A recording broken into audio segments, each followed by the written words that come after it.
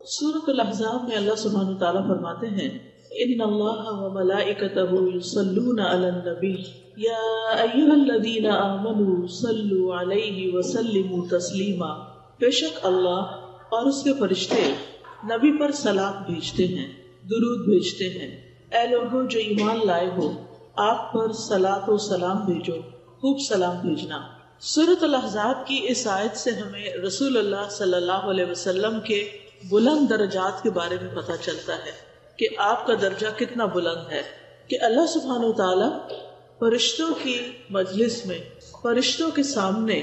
رسول اللہ صلی اللہ علیہ وسلم کی مدح و ثنا بیان کرتے ہیں۔ یعنی نبی صلی اللہ علیہ وسلم کی تعریف اللہ سبحانہ وتعالی کہاں بیان کرتے ہیں؟ فرشتوں کے سامنے، کہ وہ آپ کے کتنے پسندیدہ بندے ہیں، ان کا مقام کتنا بڑا ہے، ان کا درجہ کتنا بڑا ہے، اور پھر